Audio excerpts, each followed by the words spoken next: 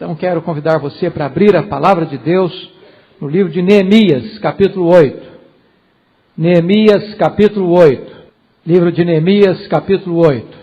Em chegando o 7º mês e estando os filhos de Israel nas suas cidades, todo o povo se ajuntou como um só homem na praça diante da porta das águas e disseram a Esdras o escriba que trouxesse o livro da lei de Moisés que o Senhor tinha prescrito a Israel.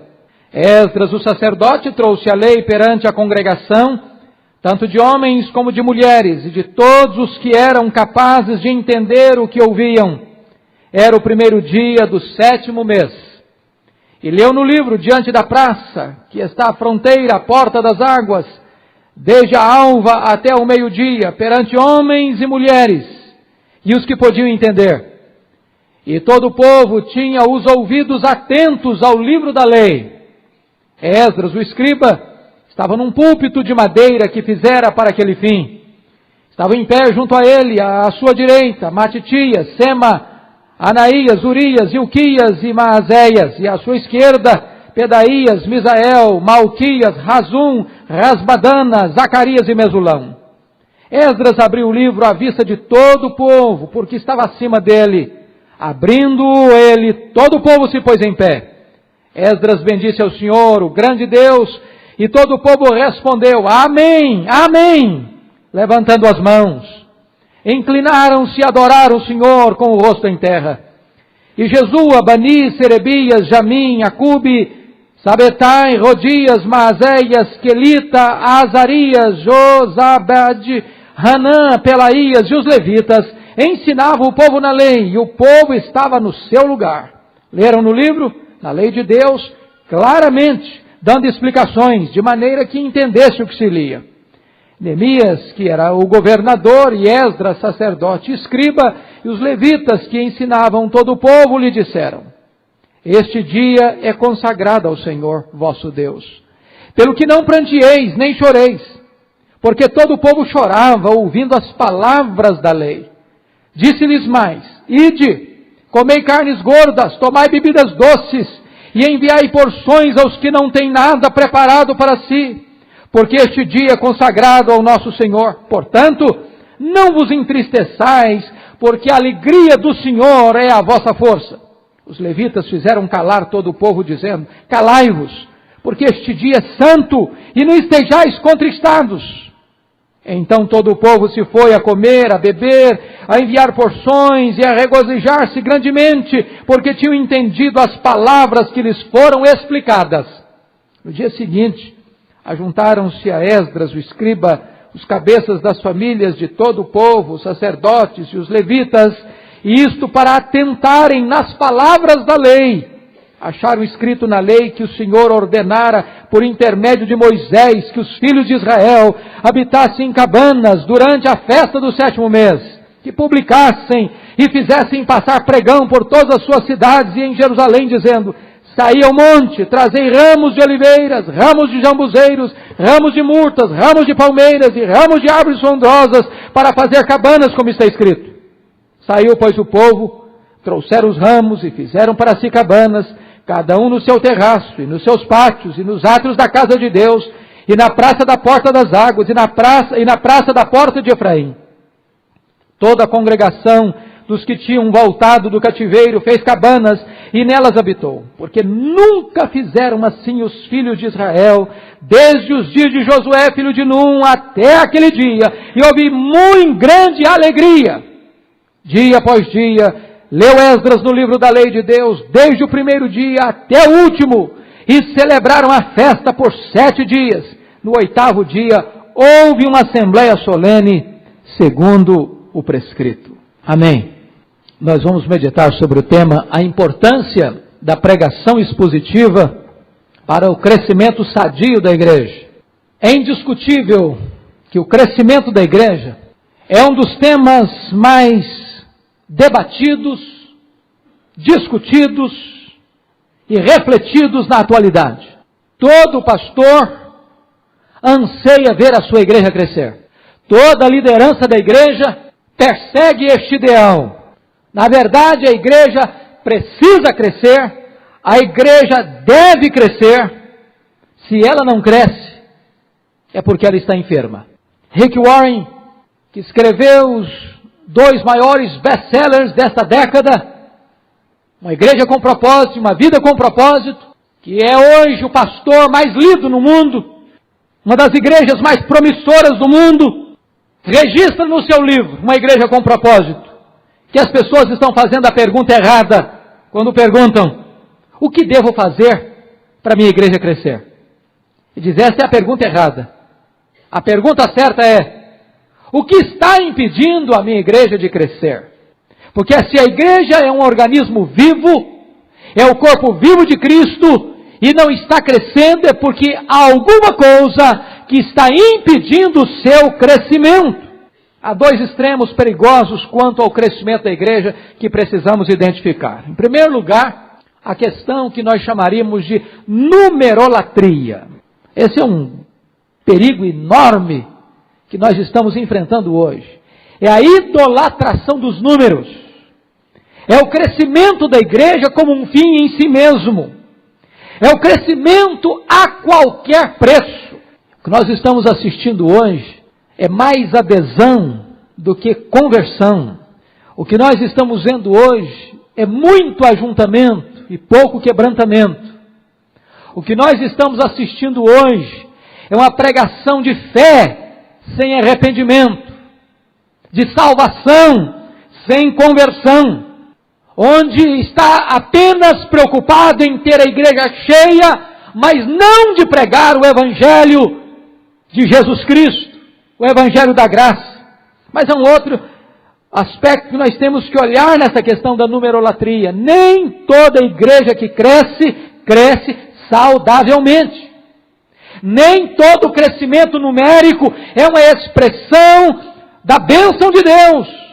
Dr. Augusto Nicodemos, num artigo que escreveu há alguns anos na Fides Reformata, registra o fato de uma igreja em Dallas, no Texas, que é uma das igrejas que mais cresce na América, é uma igreja formada de gays e lésbicas. Cresce numericamente, mas não representa o crescimento saudável que a palavra de Deus estabelece. Segundo lugar, nós temos que evitar um outro extremo, que é a numerofobia. É o medo dos números. É a desculpa infundada de que nós temos qualidade e não nos preocupamos com quantidade. Eu quero lhes dizer que a Bíblia não ensina qualidade estéril. Onde tem qualidade, tem fruto. Onde a árvore é saudável, há fruto. E o Senhor Jesus disse que o propósito é que nós, seus discípulos, produzamos muito fruto, e nisso será glorificado o nosso Pai. Absolutamente, quando a igreja prega com integridade e em santidade, Deus lhe dá o crescimento. Mas nós não podemos esperar o crescimento da igreja sem semeadura e sem santidade. Foco em um terceiro aspecto, que é a sedução do pragmatismo na busca do crescimento da igreja. Esse é um outro problema que nós temos que refletir à guisa de introdução deste texto que lemos. Talvez o fenômeno que mais contribuiu para o crescimento numérico da igreja evangélica no século XX foi o movimento de crescimento da igreja, iniciado por Donald McGavran no ano de 1930. Ele era um missionário americano, filho de indianos, morava na Índia, trabalhava na sede das missões na Índia, e um dia uma pergunta assaltou a sua mente: por que algumas igrejas crescem e outras não? Para responder esta pergunta, ele largou o seu posto na sede das missões e saiu pelo mundo afora como missionário itinerante, como plantador de igrejas, buscando a resposta para esta pergunta. Ele passou 17 anos plantando igrejas. Depois fundou um instituto de crescimento de igreja em Oregon, nos Estados Unidos, com apenas um aluno boliviano. Mais tarde, este instituto cresceu ele foi convidado pelo seminário de Fuller, na Califórnia, para abrir um departamento do movimento de crescimento de igreja dentro do seminário de Fuller, como uma extensão do seminário de Fuller, e a partir daí o movimento de crescimento de igreja tornou-se o maior instrumento no século XX para motivar e mobilizar missionários, pastores no mundo inteiro na questão do crescimento numérico. Talvez nenhum missionário influenciou mais a igreja evangélica no século passado do que Donald McGavin. Entretanto, uma ênfase deste movimento é extremamente preocupante. David Ebb, pastor presbiteriano na Califórnia, examinando detidamente a literatura do movimento de crescimento de igreja, especialmente as teses, monografias e dissertações, descobriu em mais de 377 teses e dissertações sobre crescimento da igreja, que pouquíssimas notas, magras notas, foram dadas enfatizando a pregação como instrumento legítimo para levar a igreja a um crescimento saudável. Na verdade, a grande ênfase são as técnicas modernas, são as técnicas do pragmatismo, em substituição à palavra de Deus. Na verdade, o pragmatismo hoje talvez seja a filosofia, uma filosofia americana do século passado, que mais tem influenciado a geração contemporânea. Nós somos uma geração obcecada, embriagada por resultados, e resultados imediatos. Nós lidamos obcecadamente com esta questão do sucesso.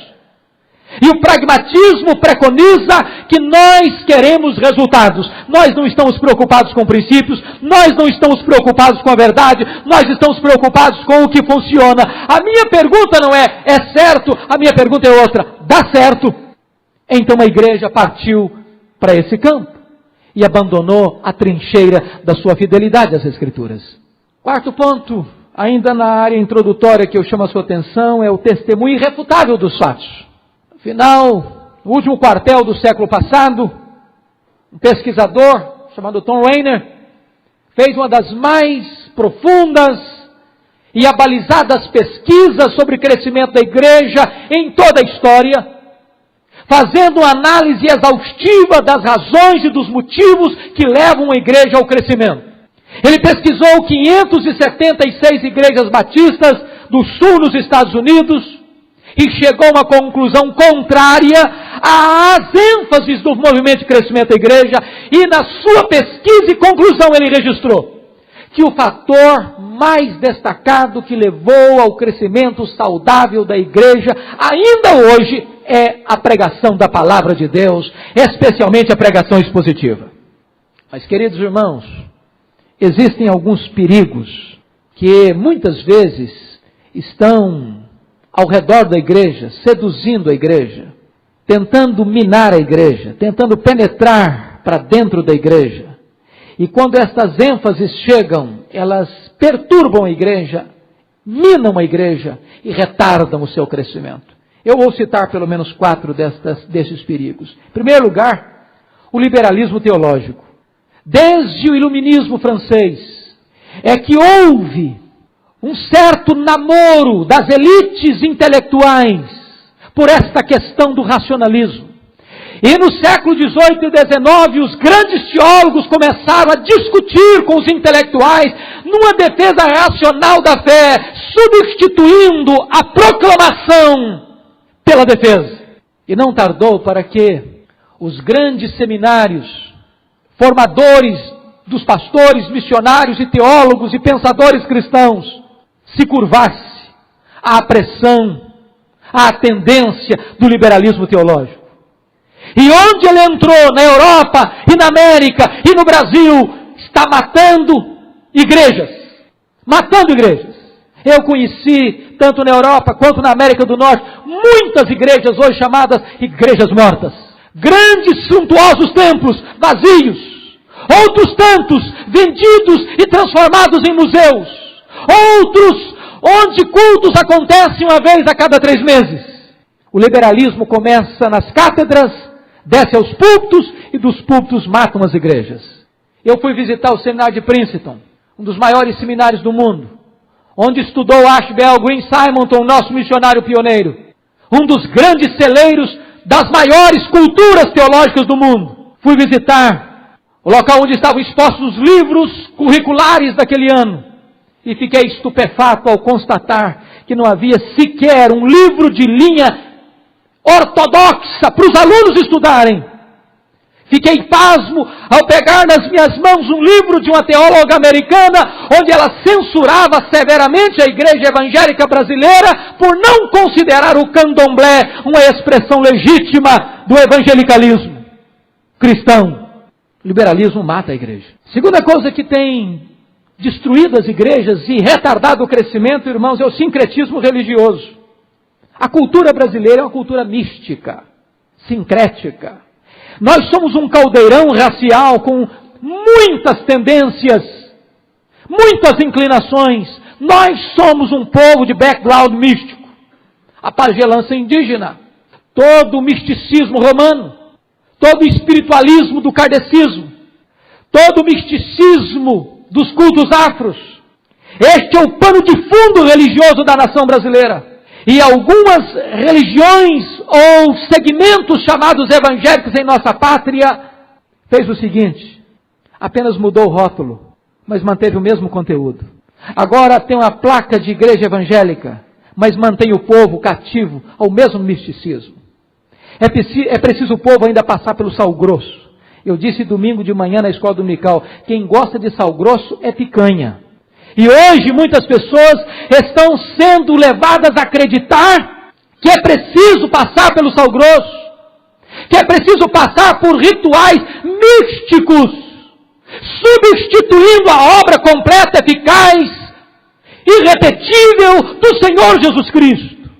É preciso ter um copo d'água em cima do rádio, é preciso receber a água benta do Jordão, é preciso ter um óleo ungido por um sacerdote ungido ou por um bispo ungido, e desta maneira as pessoas entram para uma igreja evangélica, mas se tornam ainda prisioneiras do misticismo. E desta maneira, nós estamos percebendo que a igreja evangélica brasileira revela-se evangélica, mas não se liberta do sincretismo religioso.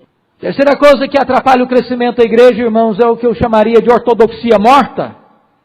E M. Bounds, um dos homens mais piedosos do século XIX, um metodista, disse que homens mortos tiram de si sermões mortos e sermões mortos matam. Martinho Lutero dizia que sermão sem unção endurece o coração das pessoas. Antônio Vieira, maior tribuno deste país, disse que nós precisamos pregar aos ouvidos e pregar aos olhos. Na linguagem da viúva de Sarepta, a palavra de Deus precisa ser verdade na nossa boca. Eu creio que nós temos milhares de pregadores por este país, e muitos deles pregando uma mensagem bíblica, mas muitos deles também pregando uma mensagem morta, porque muitas vezes uma mensagem bíblica sem unção também mata, porque a ortodoxia morta também mata. Não basta pregar, é preciso pregar no poder do Espírito Santo. O apóstolo Paulo disse, o Evangelho não chegou até nós apenas em sabedoria humana, mas sobretudo em poder e em demonstração do Espírito. É por isso, amados irmãos, que nós precisamos buscar a Deus, precisamos ser homens de Deus, precisamos buscar a unção do Espírito, o poder do Espírito, e pregar na autoridade do Espírito, para que esta palavra possa inflamar os corações, porque a ortodoxia morta também mata. Em último lugar, nós poderíamos dizer que um fator que tem prejudicado o crescimento da igreja é a superficialidade no púlpito. Há muitos pregadores preguiçosos, que não estudam, que não alimentam o povo de Deus com a palavra de Deus. E quando o púlpito é raso, quando o púlpito não tem conteúdo, quando não tem pão na casa do pão, quando o povo passa fome, quando o povo só vê farelo de pão e não tem pão, este povo vai à cata de qualquer alimento que se lhe é apresentado, e tantas vezes come veneno, pensando que está comendo pão. Nós, a quem fomos chamados para pregar a palavra, diz o apóstolo Paulo que temos que nos afadigar na palavra, temos que ter zelo pela palavra. Quem ensina, esmere-se no fazê-lo. Dito isso, irmãos, perdoe-me da introdução longa, eu quero chamar vocês para o texto lido. Neemias capítulo 8. Porque eu encontro aqui aquilo que Mark Lloyd Jones disse, que a pregação é a tarefa mais importante do mundo. Ele disse que a pregação é a maior necessidade da igreja e, consequentemente, a pregação é a maior necessidade do mundo. O reformador João Calvino disse que o púlpito é o trono de onde Deus governa a sua igreja. Por isso, o púlpito tem que ser lugar da proclamação da verdade de Deus. A sua Bíblia aberta comigo em Neemias, capítulo 8. Eu chamo a sua atenção para nós olharmos o que representa a pregação nesse texto. Em primeiro lugar, o ajuntamento do povo para ouvir a palavra de Deus. Versículos 1 e 2. Note você no versículo 1 que este ajuntamento é espontâneo. Todo o povo se ajuntou como um só homem. Notem vocês que Deus inclinou o coração do povo para buscar a palavra de Deus. Eles não se reuniram ao redor de qualquer outro interesse, de qualquer outra motivação. É um povo que não busca resultados, coisas, benefícios pessoais. Eles estão buscando a palavra de Deus. É a palavra de Deus que os move, é a palavra de Deus que os motiva, é a palavra de Deus que os atrai. Eles não querem apenas as bênçãos de Deus, eles querem Deus, eles têm fome de Deus, eles têm fome da palavra de Deus. Notem outra coisa, este ajuntamento não é apenas espontâneo, é um ajuntamento coletivo. Versículos 2 e 3 nos informa que os homens, as mulheres e todos aqueles que podiam entender se reuniram para ouvirem a palavra de Deus. Ninguém ficou de fora, nem pobres, nem ricos, nem agricultores, nem nobres, nem homens, nem mulheres. Irmãos queridos, é preocupante quando encontramos hoje algumas coisas acontecendo na igreja de Deus, pessoas se reunindo para ouvir pregadores conhecidos, ou se reunir para ouvir cantores famosos, quando na verdade o que motiva a pessoa a ouvir é a personalidade e não a palavra de Deus. Nós estamos assistindo coisas estranhas no meio evangélico, coisas esquisitas, como tietagem evangélica, onde você confunde as coisas, e de repente a pregação parece acontecer num palco, e tornar o pregador num ator, e a pregação num show.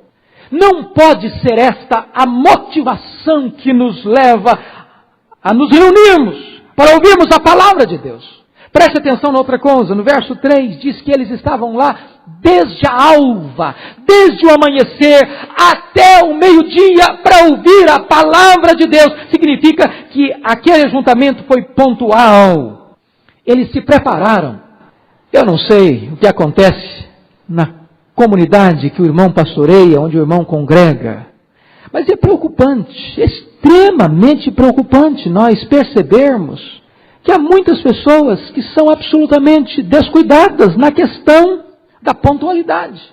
Eu estou lendo um livro magnífico, O Monge e o Executivo, e neste livro, James Hunter diz que quando você se atrasa, habitualmente, você está transmitindo uma mensagem. Primeiro, você está dizendo o seguinte: o meu tempo é mais importante que o tempo das pessoas. Segundo, você está dizendo, as outras pessoas que você vai encontrar não são muito importantes para mim. Terceiro, você está dizendo que não tem muita fidelidade aos compromissos que você assume. Agora preste atenção que quando você vai a um culto, para participar de um culto, você não está apenas tendo um encontro horizontal com pessoas, você está tendo um encontro com Deus. Você nunca atrasa para aquilo que é prioridade para você. Você não se atrasa para chegar no aeroporto, você não se atrasa para chegar numa rodoviária, você não se atrasa para chegar num compromisso com a justiça, você não se atrasa para chegar numa audiência. Por que você se atrasa para vir à casa de Deus? Será que Deus não merece o seu melhor? Será que os seus irmãos que celebram com você não merecem o seu respeito? Notem vocês que era bem de manhã, o sol ainda não tinha se rompido, e lá estavam os homens, e lá estavam as mulheres, e lá estavam todos quantos podiam entender para ouvir a palavra de Deus. Quarto lugar, este encontro é harmonioso. Vejam o verso 1, diz: todo o povo se juntou como um só homem. Amados irmãos, às vezes nós temos ajuntamento, mas nós não temos comunhão. Às vezes nós somos uma massa, mas não somos um corpo. Às vezes nós somos um amontoado de gente, mas não somos uma família. Diz a Bíblia que todos se ajuntaram como um só homem. Havia um clima preparado, um ambiente preparado para a recepção da palavra de Deus. Nós não podemos nos reunir para ouvir a palavra de Deus, para pregar a palavra de Deus, sem que haja uma sintonia na nossa alma, sem que haja um só coração, uma só alma, uma só mente, um só objetivo. Notem vocês, em último lugar, em quinto lugar, aquele ajuntamento foi proposital. Versículo 1, e disseram a Esdras, o escriba, que trouxesse o livro da lei de Moisés que o Senhor tinha prescrito a Israel. Eles queriam a palavra, eles não queriam anedotas, eles não queriam experiências, eles não queriam fatos anedóticos, eles não queriam entretenimento, eles queriam a palavra de Deus, os preceitos de Deus, a riqueza de Deus, o alimento de Deus, o pão de Deus para as suas vidas. Chama a sua atenção para um outro ponto: a supremacia da palavra de Deus. Prestem atenção que o pregador precisa estar comprometido com as Escrituras. Se essa palavra é palavra de Deus, se esta palavra é infalível, se esta palavra é inerrante, se esta palavra é suficiente, se esta palavra é eterna, se esta palavra é poderosa, se esta palavra é o sopro de Deus, então o pregador precisa ter compromisso com essa palavra. Sabem por que Esdras se levantou para pregar? Porque você vai ler lá em Esdras 7:10, que Esdras tinha disposto o seu coração para conhecer a palavra de Deus, para buscar a lei do Senhor, para cumprir a lei do Senhor e para ensinar a lei do Senhor em Israel. Conhecer, cumprir e ensinar. Nós estamos desesperadamente carentes de pregadores que conheçam a palavra de Deus. Nós estamos desesperadamente necessitados de pregadores que vivam a palavra de Deus. Nós estamos desesperadamente necessitados de pregadores apaixonados pela pregação da palavra de Deus. Nós estamos vendo um fato curioso na igreja evangélica brasileira. Há uma atração imensa pela busca dos milagres. E nós precisamos reafirmar que cremos em milagres. Cremos no Deus que opera milagres.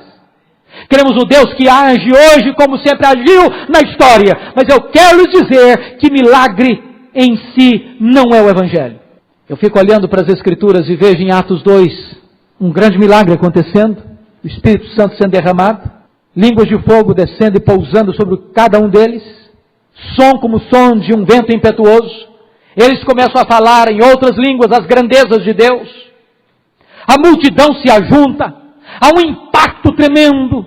Um fato extraordinário que quando os apóstolos pregavam, cada povo que ali estava ouvia a mensagem em sua própria língua. Um milagre entre o emissor e o receptor. Mas diz a Bíblia que o milagre em si não produziu os efeitos de transformação de vidas. Primeiro resultado que o milagre provocou foi ceticismo. O que quer isso dizer? Segundo resultado que o milagre produziu foi preconceito. São galileus, gente atrasada, gente que não pensa, gente que não reflete. Terceiro resultado foi zombaria. Estão bêbados, estão embriagados. É gente sem siso, sem massa cinzenta, sem equilíbrio emocional. Mas diz a Bíblia que quando Pedro se levantou para expor as Escrituras, para pregar a palavra de Deus, um sermão cristocêntrico, a morte, a ressurreição, a ascensão e o senhorio de Cristo, diz a Bíblia que antes de Pedro terminar de pregar, a multidão já estava profundamente tocada pela palavra de Deus, e de repente diz a Bíblia que o apelo brotou do auditório para o pregador, dizendo: o que nós vamos fazer, irmãos? à vista dessas coisas? E Pedro responde: arrependei-vos e cada um de vós seja batizado em nome do Senhor Jesus Cristo e recebereis o dom do Espírito Santo. E essa promessa não é apenas para vós, é para aqueles que ainda estão longe, para quantos o Senhor nosso Deus chamar. É a palavra de Deus que produz os resultados das mudanças, das transformações no coração e na mente dos homens. Segunda coisa que eu chamo a sua atenção, queridos irmãos, é que o pregador precisa não apenas estar comprometido com as Escrituras, o pregador precisa estar comprometido com o Deus das Escrituras. Não basta você ser um homem que conhece teologia. Não basta você ser um pregador que conhece a palavra, que conhece versículos de cor, que conhece as correntes teológicas, que sabe manusear e compulsar os mais densos volumes de teologia. Não basta você ser alguém absolutamente atualizado em todas as vertentes teológicas que brotam por aí. É preciso que você seja um homem de Deus. É preciso que você seja um homem piedoso. Só prevalece em público e no púlpito aquele que conhece a intimidade de Deus em particular. David Larsen disse que é mais importante você ensinar um pregador a orar do que você ensinar um pregador a pregar. Porque se você não for um homem de oração, você será um pregador inócuo e sem poder. É preciso que você tenha também fome de Deus. É preciso que você seja um homem de oração. É preciso que você seja um homem que conheça jejum. É preciso que você tenha fome do eterno. É preciso que você possa arder na presença de Deus. Quando perguntaram para Moody, como é que começa um avivamento na igreja? Moody disse: acenda uma fogueira no púlpito. Este homem precisa arder. Mark Lloyd Jones disse que o pregador tem que ser um homem em fogo. O pregador tem que arder primeiro, para que essa palavra possa queimar o coração dos homens. Meu amado irmão, você precisa ter mais fome de Deus do que fome de livros. É preciso ter fome da palavra também. Deixa eu dizer uma coisa para você, querido. Se você entende que Deus o chamou para ser um pregador, para ser um professor de escola dominical, se você entende que Deus o chamou para ensinar, então você tem que ter fome de conhecimento, você tem que ter zelo para estudar, você tem que ter necessidade de estudar, porque aquele que cessa de aprender, cessa de ensinar, aquele que cessa de receber de Deus a instrução da palavra, não tem mais credencial para ensinar essa palavra. Paulo diz que nós temos que nos afadigar na palavra. Mas você tem que ter paixão também, querido. O pregador, o professor tem que ser alguém apaixonado pela palavra de Deus, entusiasmado com a palavra de Deus. Este tem que ser o maior objetivo da sua vida. Paulo diz: em nada eu considero a vida preciosa para mim mesmo, quanto que eu complete a minha carreira e o ministério que eu recebi do Senhor Jesus para testemunhar o evangelho da graça de Deus. É preciso este evangelho queimar em seu coração. Você precisa estar apaixonado pela palavra de Deus, apaixonado pelo ministério, apaixonado pelo Senhor da obra e pela obra do Senhor. Mas notem vocês um terceiro aspecto, é que o povo, não apenas o pregador, o povo precisa estar sedento das Escrituras. Você nota isso no verso 1 e no verso 3. O povo está pedindo a palavra. O povo está querendo ouvir a palavra. E diz a palavra aqui que quando eles se reúnem como um só homem, versículo 3 diz que eles tinham os ouvidos atentos. O versículo 6 diz que eles estavam reverentes. O versículo 9 diz que eles estavam chorando. O versículo 12 diz que eles estavam se alegrando. E no versículo 17 diz que eles estavam prontos para obedecer. Não basta um pregador apaixonado, é preciso ter uma congregação apaixonada pela palavra de Deus.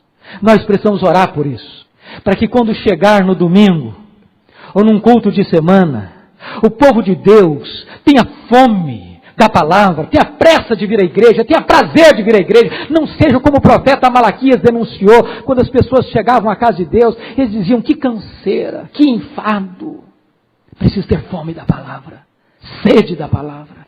Meus amados irmãos, talvez um dos grandes dramas que nós estamos vivendo hoje é que as pessoas estão procurando pão na casa do pão e não estão encontrando pão. E quando as pessoas procuram pão na casa do pão e não há pão, as pessoas têm a tendência de sair da casa do pão e ir para Moabe. E quando elas chegam em Moabe, pensando que vão encontrar a vida, encontram uma morte. Mas também é verdade que muitas vezes nós anunciamos para o mundo: aqui a igreja é a casa do pão. Venha que aqui tem pão. E quando as pessoas chegam com fome procurando pão, elas só encontram farelo, elas só encontram prateleiras vazias, elas só encontram fornos frios e apenas algumas receitas de pão, mas não tem pão, e receita de pão não mata a fome. É preciso ter pão na casa do pão. É preciso que você se alimente de Deus e dê pão para o povo. Preste atenção. A atitude do povo em relação às Escrituras. Você nota 4 coisas aí maravilhosas. No versículo 3 diz que o povo está com os ouvidos atentos. Atentos à palavra. Quantas vezes nós detectamos no meio das congregações evangélicas, as pessoas vêm à casa de Deus, mas os ouvidos não estão inclinados para Deus.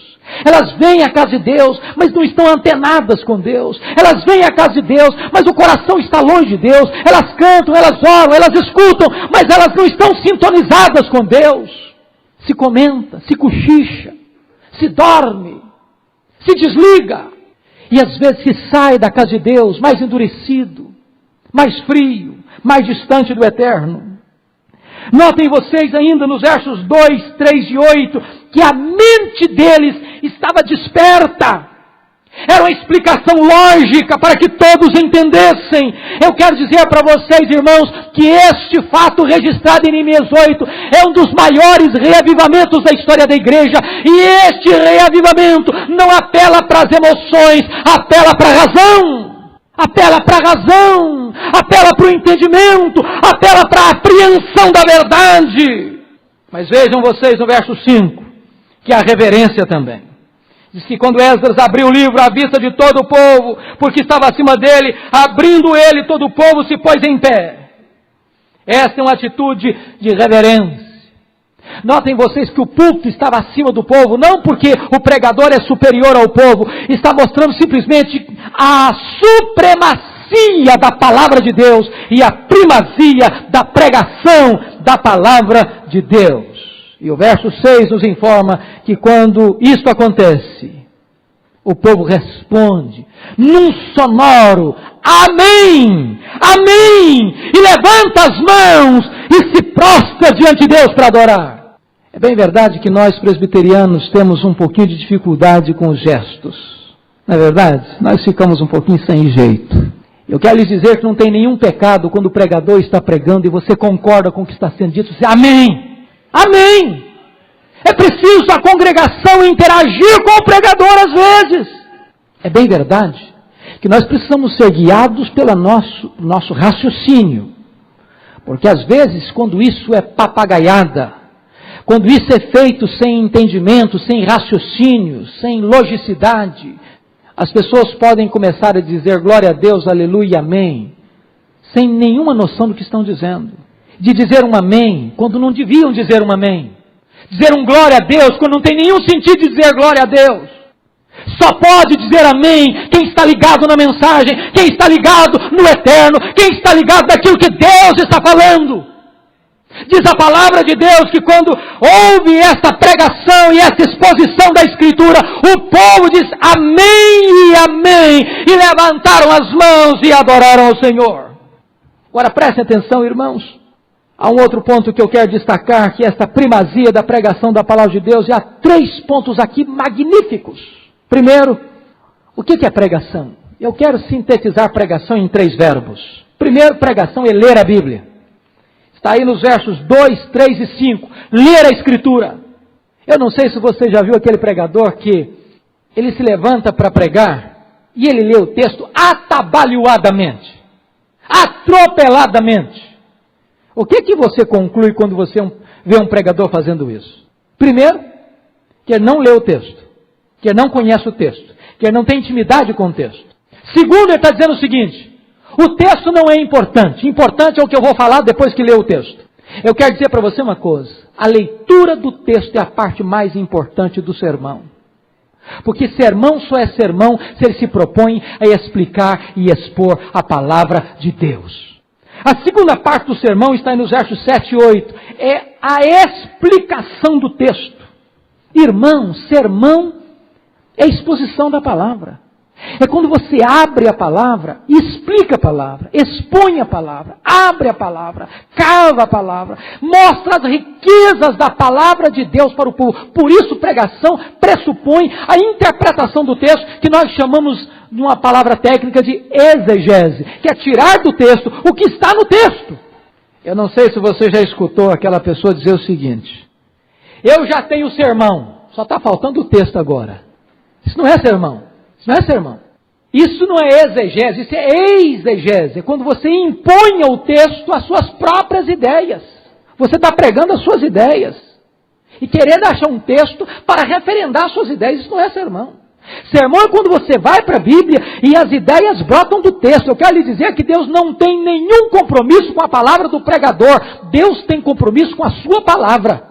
É preciso que você vá para o texto e pregue o que está no texto. Lutero dizia que Deus tem 3 palavras. A palavra de Deus escrita, a palavra de Deus encarnada e a palavra de Deus pregada. Mas a última parte do sermão, da pregação importante, irmãos. Primeiro é ler. Segundo é explicar. Terceiro é aplicar. O sermão, John Stott diz que o sermão é uma ponte entre 2 mundos. O sermão liga o texto antigo ao ouvinte contemporâneo. O sermão precisa ter aplicação. O sermão não é um discurso diante da congregação. O sermão é um discurso à congregação. Você já escutou um pregador que parece que quando ele está pregando, ele está falando por cima da cabeça do povo? O povo está escutando e fazendo a pergunta, e daí? O que tem a ver isso comigo?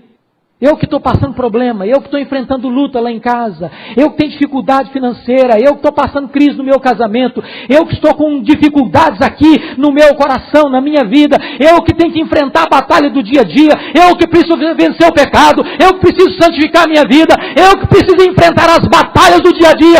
O que é que essa pregação pode me ajudar? Como é que esse texto vai tornar-se realidade para a minha vida aqui e agora?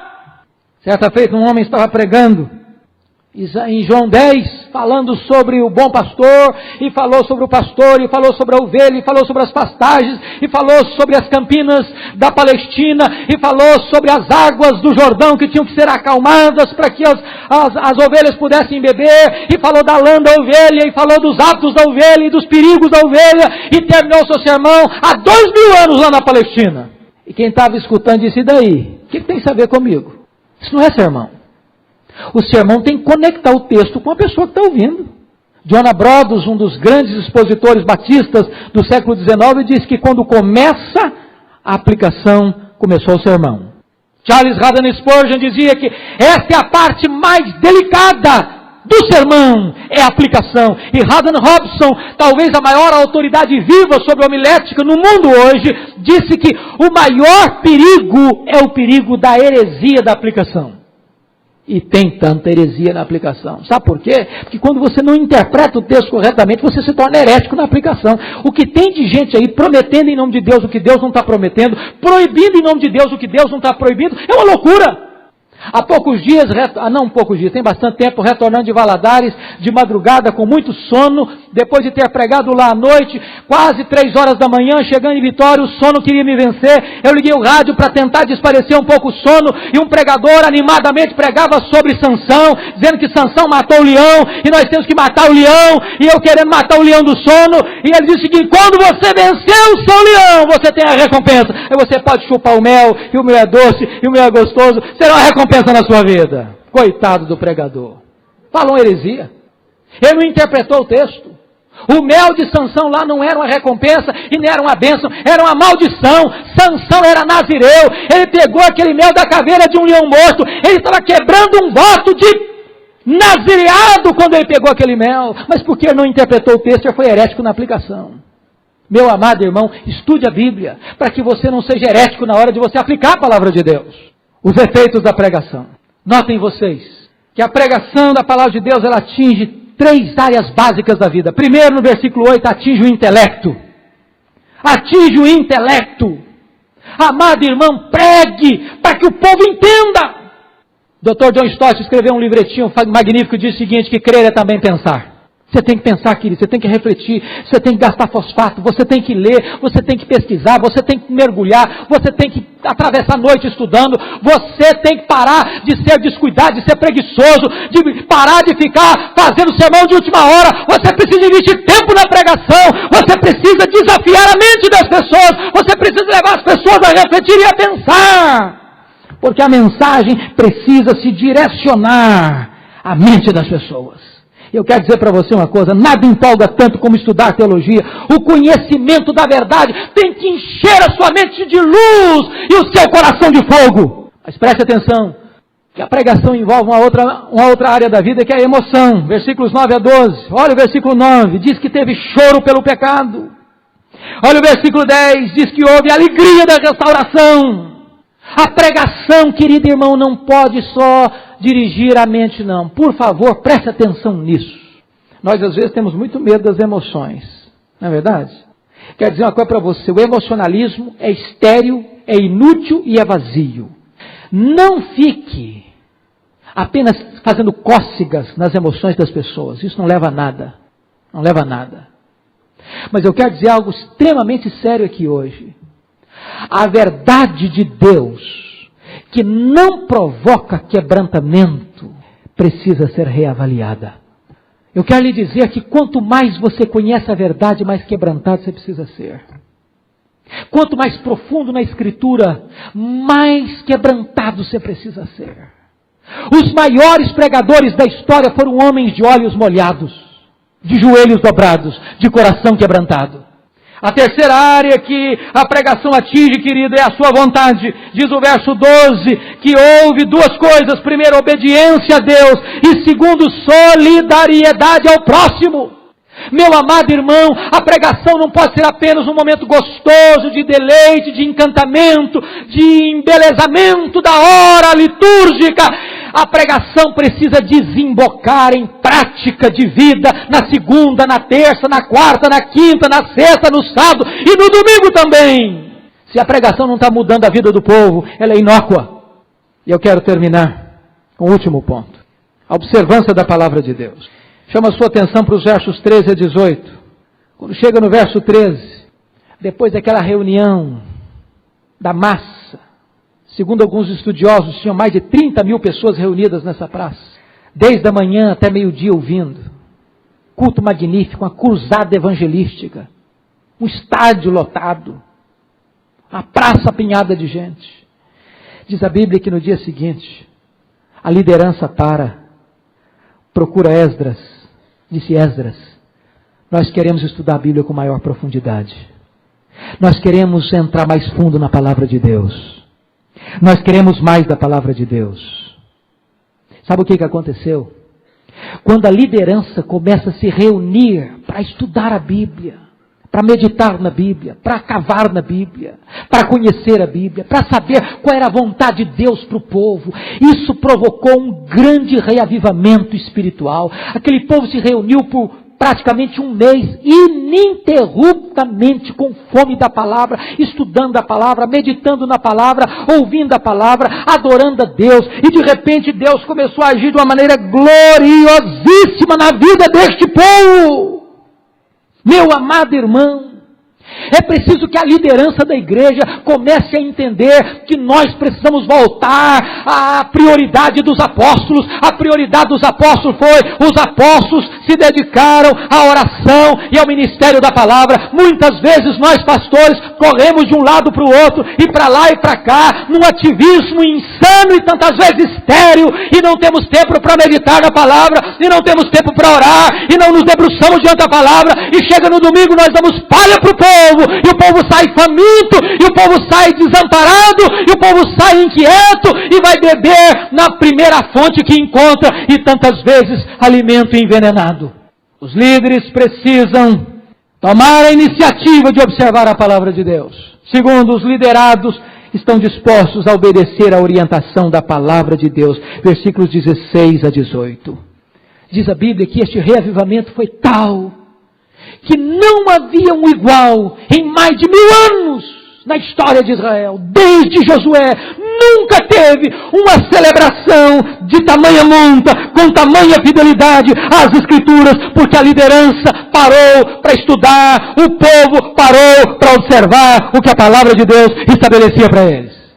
Finalmente, irmãos, quando o povo obedece à palavra, há uma alegria de Deus no meio do povo. Uma alegria. Você nota isso no verso 10 e no verso 17. A alegria do Senhor é a nossa força. Houve muito grande alegria. Se você vê um povo de Deus que ama a palavra, que estuda a palavra, que gasta tempo com a palavra, um pregador entusiasmado com a palavra, é alguém motivado, é alguém entusiasmado, é alguém que crê, é alguém que está sempre com o coração cheio de entusiasmo, e essa pessoa tem alegria, e essa pessoa está cheia do entusiasmo de Deus, e diz a Bíblia que o povo que é alegre é um povo que conhece a Deus, e um povo que conhece a Deus é um povo forte. Eu fecho esta palestra com 2 resultados gloriosos desta volta para a palavra de Deus. O primeiro resultado está no capítulo 9, que diz a Bíblia que depois deles estudarem a Bíblia 21 dias, a liderança começou a orar. Houve um pranto, houve um choro, houve um quebrantamento, houve um arrependimento, houve uma convicção de pecado. Sabe por quê, meus irmãos, que muitas vezes não há arrependimento e choro pelo pecado nas nossas congregações? É porque nós não paramos para estudar mais a fundo a palavra de Deus. Nós não paramos para checar a nossa vida diante da palavra de Deus. Quando eles começaram a estudar a Bíblia e aplicar a palavra de Deus, eles começaram a ver os seus pecados, começaram a ver as suas mazelas, e eles começaram a chorar diante de Deus pelos seus pecados. Quando Ellen Stig, em 1966, começou a perceber que precisava buscar avivamento em Quacis-Abanto, eles começaram a reunir para estudar o livro de Atos, e eles estudavam o livro de Atos, e Deus, faz isso de novo, Deus, aplica isso na nossa vida, Deus. E Ellen Stig disse que durante 3 meses, eles só se reuniam para orar e para chorar, e para confessar os seus pecados, até que Deus desceu poderosamente sobre eles, trazendo-lhes um poderoso reavivamento espiritual. Mas a segunda coisa que aconteceu, no capítulo 10, diz a Bíblia que a liderança se reuniu, e o povo se reuniu, e eles disseram, nós vamos fazer uma aliança com Deus, escrita, de que nós vamos andar com Deus, de que nós vamos levar Deus a sério, de que nós vamos obedecer a Deus, e em áreas práticas da nossa vida, nós vamos cuidar dos nossos jovens, para que eles não se casem com aqueles que não são de Deus, nós vamos cuidar para que o dia do Senhor seja guardado de maneira correta e séria, nós vamos cuidar para que o dízimo de Deus seja devolvido com fidelidade, nós vamos observar a palavra de Deus, nós vamos voltar para a palavra de Deus, nós vamos acertar nossa vida com Deus, e vamos escrever isso, e vamos publicar isso, que nós seremos um povo comprometido com Deus. Amados irmãos, esperamos o dia em que nós possamos firmar uma aliança com o nosso Deus, e que o estudo da Bíblia, que a pregação da Bíblia possa gerar em nós mudança e transformação, e brotar do nosso meio um poderoso reavivamento espiritual. Que seja assim, para a glória de Deus. Aleluia. Amém.